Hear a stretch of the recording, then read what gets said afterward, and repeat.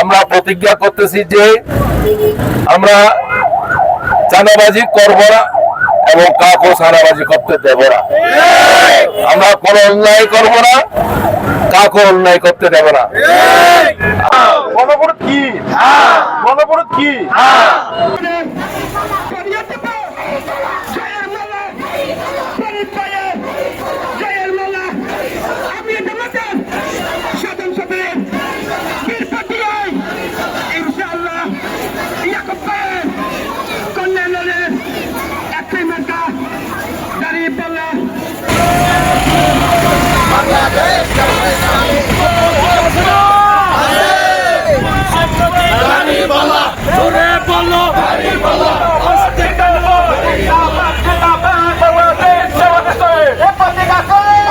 গণভোট কি?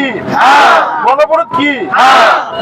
আরো দিন সাইজ পরিবারতন্ত্র বন্ধ, আরো দিন সাইজ ফেসিবাদ বন্ধ, তাহলে আরো তো গণভোট কি জন করিব? গণভোট কি? দ্বিতীয়ত কি আরা আগামী 12 তারিখ জাতীয় সংসদ নির্বাচন আরো পটিয়াতুন একজন আরো এমপি নির্বাচিত করিব। অনেরা এলাকাবাসী, অনেরা ভাই বোন, অনেরা আর এলাকাবাসী প্রত্যেক মানুষ ওনারা অবশ্যই ভোট দিবেন চাইবেন, ওনার পছন্দের প্রার্থীর ভোট দিবেন, কিন্তু ভোট দিবেন ক্ষেত্রে একটা হাতে মনে রাখিবেন এর হচ্ছে কি ওনার ভোটের দাম 1000 কোটি টাকা। কারণ ওনার ভোটের মাধ্যমে দেশের ভবিষ্যৎ নির্ধারিত হইব। সুতরাং ওনারা অত্যন্ত এই মূল্যবান ভোট দিবে, দিতে সমন্বিত সাবধানে দিবেন, 100বার চিন্তা করিবেন আরো ভোট দিবেন।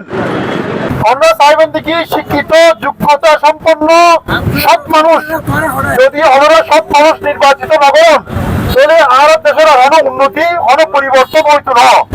এতে আর তো অবশ্যই বেগুনতে ভোট দিবের সময় তারা অনুরোধ আছে আকুল আবেদন জানায় ওনারা ভোট দিবের সমিতি 100বার চিন্তা করিবেন, ওনারা দল চাইবেন, চেহারা চাইবেন, ওনারা চাইবেন দেখি প্রার্থীও সৎ কিনা, প্রার্থীও যোগ্য কিনা, চাইবেন কিনা?